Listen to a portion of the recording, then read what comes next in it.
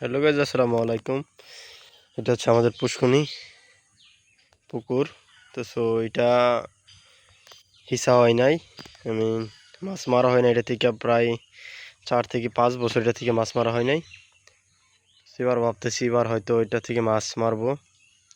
তো পানি একদম নষ্ট হয়ে গেছে, দেখেন। এটার মধ্যে তেলাপিয়ার পোনা ছাড়া হয়েছে, কিনা ছাড়া।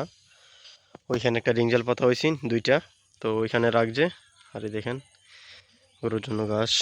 তো খালি আস্তে আস্তে পানি বাড়তাছে জোয়ারে। এতদিন পানি ছিল বৃষ্টির, তো আজকে বাড়তাছে জোয়ারে। দেখেন পানিটা দেখায় আপনাদের,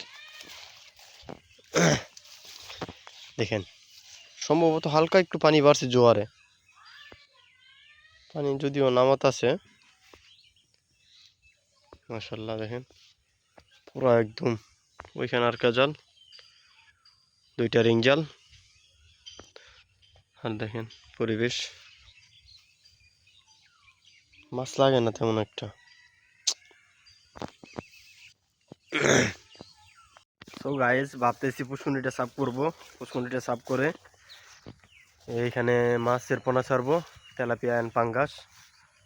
তো যদি সাফ করি তো অবশ্যই আপনাদের মাঝে ফুল ভিডিও তুলে ধরার চেষ্টা করব। তো সাথে থাকবেন, আর ভিডিওগুলো ভালো লাগলে লাইক অ্যান্ড শেয়ার করবেন। তো দেখতে থাকেন ইনশাল্লাহ। এখন তো বৃষ্টির দিন, এখন সাফ সাফাই করবো না। তো বৃষ্টির দিন চলে গেলে তো আপনাদের মাঝে শেয়ার করব এটা কিভাবে সাফ সাফাই করি।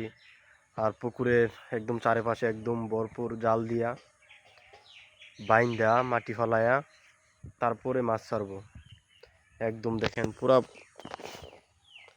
পুরাটা ভরা, পুরা জায়গা পরিষ্কার। গাছ গাছালি কাইটটা একদম পরিষ্কার করতে হইব। গাছের ডাল একদম কচুরিপানা, তার পানি ভালো হওয়ার জন্য চুন, তারপরে কীটনাশক ব্যবহার করতে হইব।